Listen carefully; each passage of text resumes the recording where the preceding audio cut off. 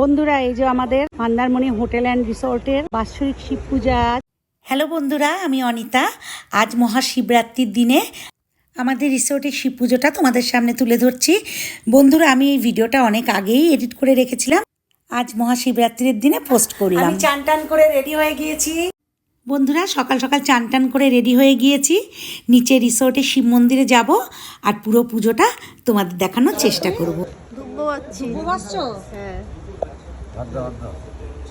এই যে পুজোর প্রস্তুতি চলছে। বাবু, এগুলো কি বেল বার করছিস? এই জুস হবে, কলাগুলো নিয়ে নাও গোলগোটা। এই যে আমাদের শিব। এখানে কলা দেবো না? দেখতেই পাচ্ছ বন্ধুরা, নিচে এসে দেখি মোটামুটি ঠাকুরমশাই চলে এসছেন আর পুজোর আয়োজন গোছানো আরম্ভ হয়ে গিয়েছে। এই যে আমাদের সমুদ্র থেকে বাবার জন্য জল তোলা হয়। বন্ধুরা, প্রতি বছরই বাবাকে স্নান করানোর জন্য সমুদ্রের থেকে আমাদের জল আনা হয়। এই যে জল নিয়ে বাবা স্থানে যাচ্ছে। এদিকে দেখো, বাবার মাথায় ঢালার জন্য 9 রকমের ফলের রস প্রস্তুত করা হয়েছে। বেল, লেবু, আঙুর, বেদানা ইত্যাদি ইত্যাদি। পুজোর গোছানো প্রায় কমপ্লিট। দুজন ঠাকুরমশাই এসেছিলেন, তারাই সমস্তটা করে নিয়েছেন। আর তাছাড়া রিসোর্টের স্টাফরা মিলেও করেছে সমস্তটা। এই যে আমাদের এবার পুজো আরম্ভ হবে। এবার আমরা সবাই পুজোয় বসবো।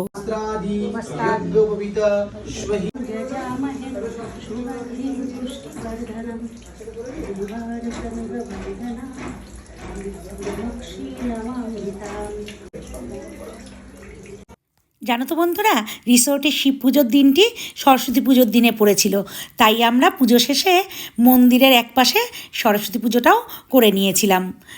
প্রতি বছরই জানো তো এই শিব পুজো সারতে সারতে সন্ধে হয়ে যায়, কারণ এখনও যজ্ঞ বাকি। যজ্ঞ হবে, তারপরে আমাদের পুজো কমপ্লিট হবে।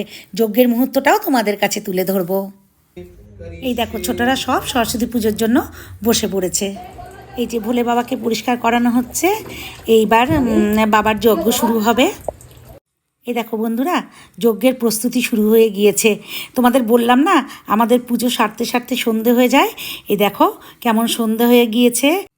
এই যে মন্দির প্রাঙ্গণে আলো জ্বলছে আর অপূর্ব এক মনোরম পরিবেশের সৃষ্টি হয়েছে।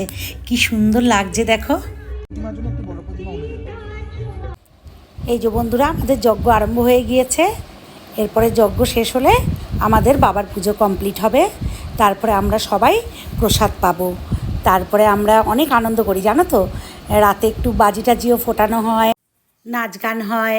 তারপরে অনেক গেস্ট আসেন, এই দিন খুব মজা হয়। ভীষণ আনন্দ উৎসবের মধ্যে দিয়ে সারাদিনটা কাটলো বাবার নামে।